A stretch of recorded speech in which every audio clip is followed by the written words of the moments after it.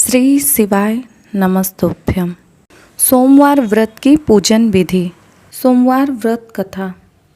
एक साहूकार बहुत ही धनवान था। उसे किसी प्रकार का कोई कमी नहीं था, परंतु पुत्र न होने के कारण वह अत्यंत दुखी था।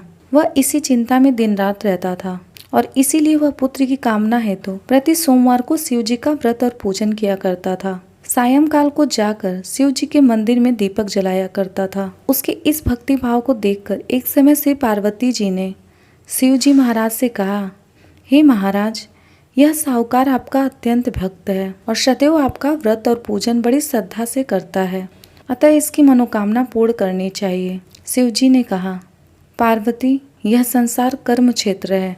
जिस प्रकार किसान खेत में जैसा बीज बोता है वैसा ही फल काटता है, उसी तरह इस संसार में जो जैसा कर्म करता है वैसा ही फल भोगता है। पार्वती ने अत्यंत आग्रह से कहा कि हे महाराज, जब यह आपका ऐसा भक्त है और यदि इसको किसी प्रकार का कोई दुख है तो उसको अवश्य दूर करना चाहिए, क्योंकि आप तो सदैव अपने भक्तों पर दयालु हैं, उनके दुखों को दूर करते हैं।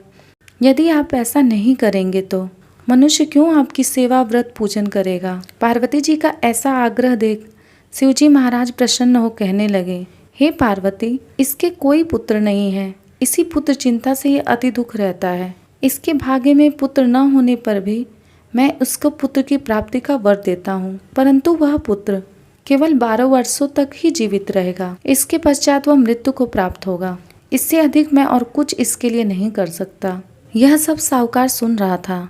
इससे उसको न कुछ प्रसन्नता हुई और न ही कुछ दुख हुआ। वह पहले की तरह ही शिवजी महाराज का सोमवार व्रत और पूजन करता रहा। कुछ काल व्यतीत हो जाने पर साहूकार की स्त्री गर्भवती हुई और 10वें महीने उसके गर्भ से अति सुंदर पुत्र की प्राप्ति हुई। साहूकार के घर में बहुत खुशी मनाई गई, परंतु साहूकार ने उसकी केवल 12 वर्ष की आयु जान कोई अधिक प्रसन्नता प्रकट नहीं की और न ही किसी को भेद बतलाया।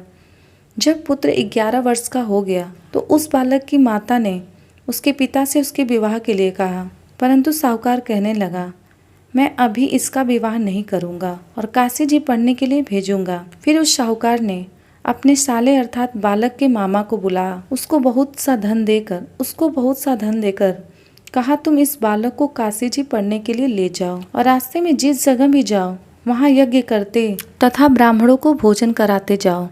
इस प्रकार वह दोनों मामा भांजे सब जगह यज्ञ करते और ब्राह्मणों को भोजन कराते जा रहे थे। रास्ते में उनको एक शहर दिखाई पड़ा। उस शहर के राजा की कन्या का विवाह था और दूसरे राजा का लड़का जो विवाह के लिए बारात लेकर आया था वह एक आंख से काना था। लड़के के पिता को इस बात की बड़ी चिंता थी कि कहीं वह वर को देख कन्या के माता पिता विवाह से किसी प्रकार के अड़चन पैदा न कर दें। इस कारण जब उसने अति सुंदर सेठ के लड़के को देखा तो मन में ही विचार किया कि क्यों न द्वारचार के समय इस लड़के से वर का काम ले लिया जाए। ऐसा विचार कर राजा ने उस लड़के और उसके मामा से भी कहा तो वह राजी हो गए और साहूकार के लड़के को स्नान आदि करा, वर के कपड़े व आभूषण पहना, घोड़े पर चढ़ा दरवाजे पर ले गए और बड़ी शांति से सब कार्य हो गया।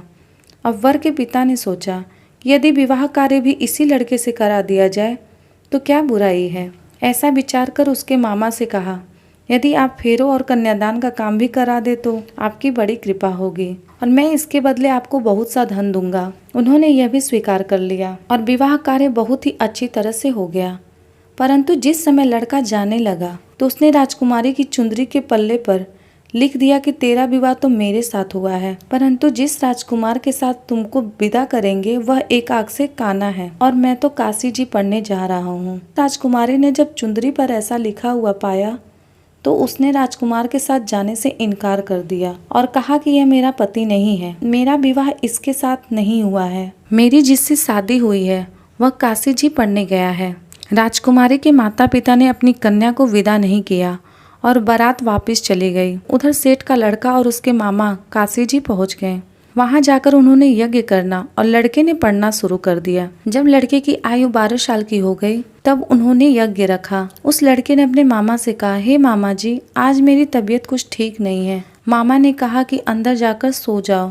लड़का अंदर जाकर सो गया। थोड़ी देर में उसके प्राण निकल गए। जब उसके मामा ने आकर देखा कि वह मर गया है तो उसको बड़ा दुख हुआ और उसने सोचा कि मैं अभी रोना पीटना मचा दूंगा तो यह यज्ञ का कार्य अधूरा रह जाएगा। अतः उसने जल्दी से यज्ञ का कार्य समाप्त कर ब्राह्मणों के घर जाने के बाद रोना पीटना आरंभ कर दिया। संयोगवश उस समय शिवजी महाराज और पार्वती जी उधर से जा रहे थे।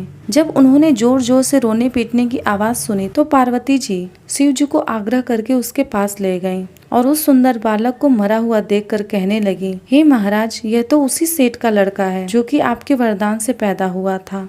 शिव जी ने कहा कि हे पार्वती, इसकी आयु इतनी ही थी सो भोग चुका। पार्वती जी ने कहा, हे महाराज, कृपा करके इस बालक को और आयु दो, नहीं तो इसके माता पिता तड़प तड़प कर मर जाएंगे। पार्वती जी के इस प्रकार के बार बार आग्रह करने पर शिव जी ने उसको वरदान दिया। शिव जी महाराज की कृपा से लड़का जीवित हो गया। शिव पार्वती कैलाश चले गए।